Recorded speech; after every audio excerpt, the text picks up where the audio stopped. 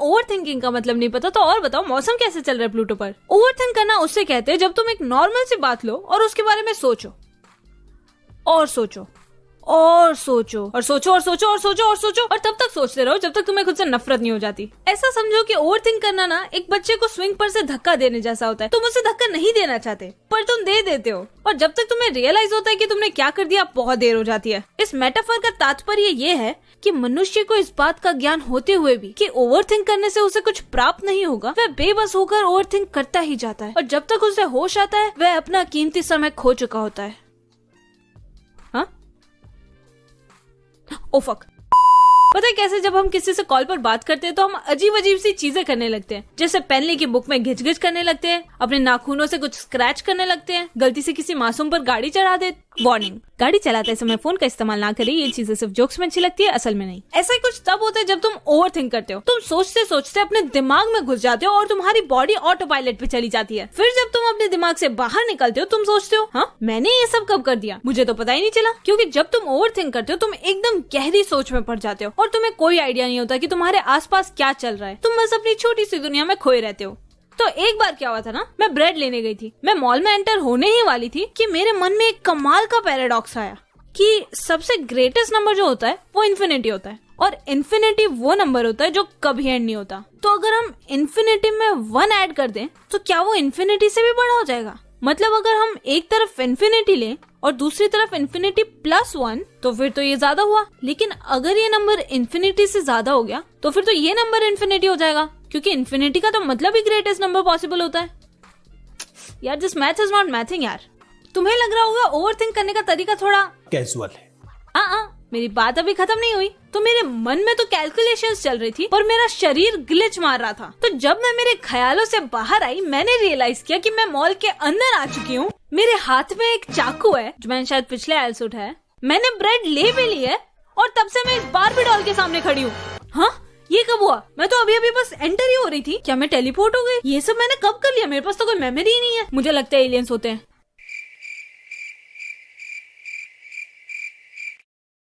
नहीं मैं तो ये रहा, मिल गया। यही चाहिए था।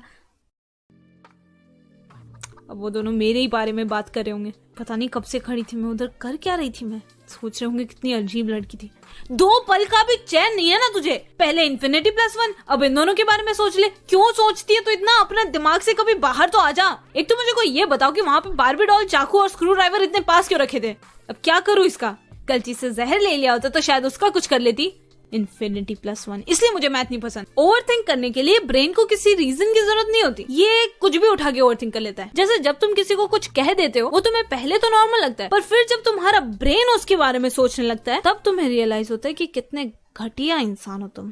तो ऐसा ही एक बार मेरे साथ भी हुआ था जब मैं मेरी तब की बेस्ट फ्रेंड से बात कर रही थी, जो कि थोड़ी सी अजीब थी। मतलब लड़की बुरी नहीं थी, बस थोड़ी सी अजीब थी, पर उसमें हर वो क्वालिटी थी जो एक बेस्ट फ्रेंड में होनी चाहिए। उसको मेरा सेंस ऑफ ह्यूमर समझ आता था।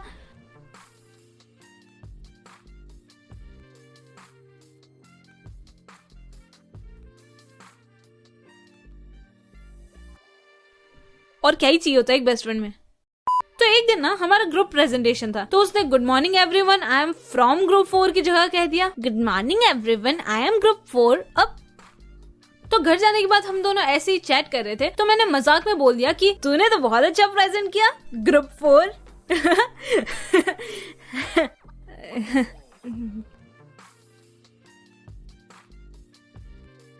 ये कुछ बोल के नहीं रही।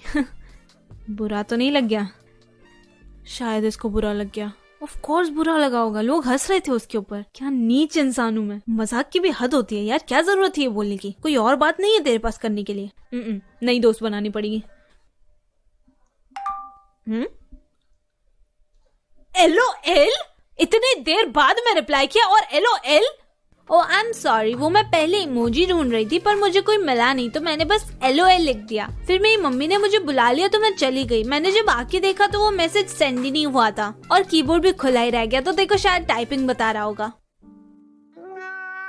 देखा, फालतू में इतना सोच रही थी। बता ना, लड़की बुरी नहीं है, अजीब है बस। आखिर कैसे समझाए खुद को कि इतना सोचना सेहत के लिए अच्छा नहीं होता। तुझे लग रहा होगा कि वो दोनों तेरी बात कर रहे हैं, पर हो सकता है कि वो कुछ और ही बात कर रहे हो। उन्होंने तुझे नोटिस ही ना किया हो, और बाकी लोग तेरे बारे में क्या सोचते हैं क्या बोलते हैं उससे तुझे फर्क नहीं पड़ना चाहिए, क्योंकि ना तो ये प्रॉब्लम तेरी है और ना ही ये कार्ड।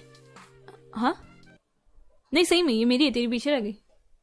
कभी कभी चीजें उतनी बुरी होती नहीं जितना हम सोच सोच कर बना लेते हैं। बहुत बार तो हमें पता भी होता है कि हम कुछ ज्यादा ही सोच रहे हैं, पर हम खुद को रोक नहीं पाते। ऐसी सिचुएशंस में हमें खुद को प्यार से समझाना चाहिए कि सुन, इतना मत सोच। पर वो पहले कुछ टाइप कर रही थी, फिर वो रुक गई। उसे मेरा मैसेज देख भी लिया पर अभी तक कुछ बोला भी नहीं है। मुझे लगता है उसे मेरी बात का बुरा लग गया, क्योंकि मुझे लोगों से बात करने की तमीज नहीं है। उसे पक्का बहुत बुरा लग गया। कभी कभी और तरीके से भी समझाना पड़ सकता है।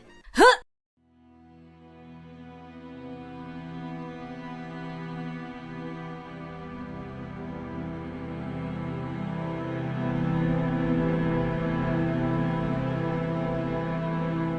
उस लड़की को देखा?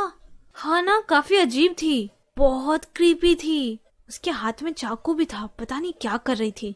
कैसे कैसे लोग आते हैं यहाँ। मुझे पता था तुम लोग मेरे बारे में बात करोगे, पर एटलीस्ट अब मुझे ये पता है कि इन्फिनिटी में 1 ऐड करने के बाद भी वो इन्फिनिटी ही रहता है। और मुझे मैथ बिल्कुल नहीं पसंद। Okay bye.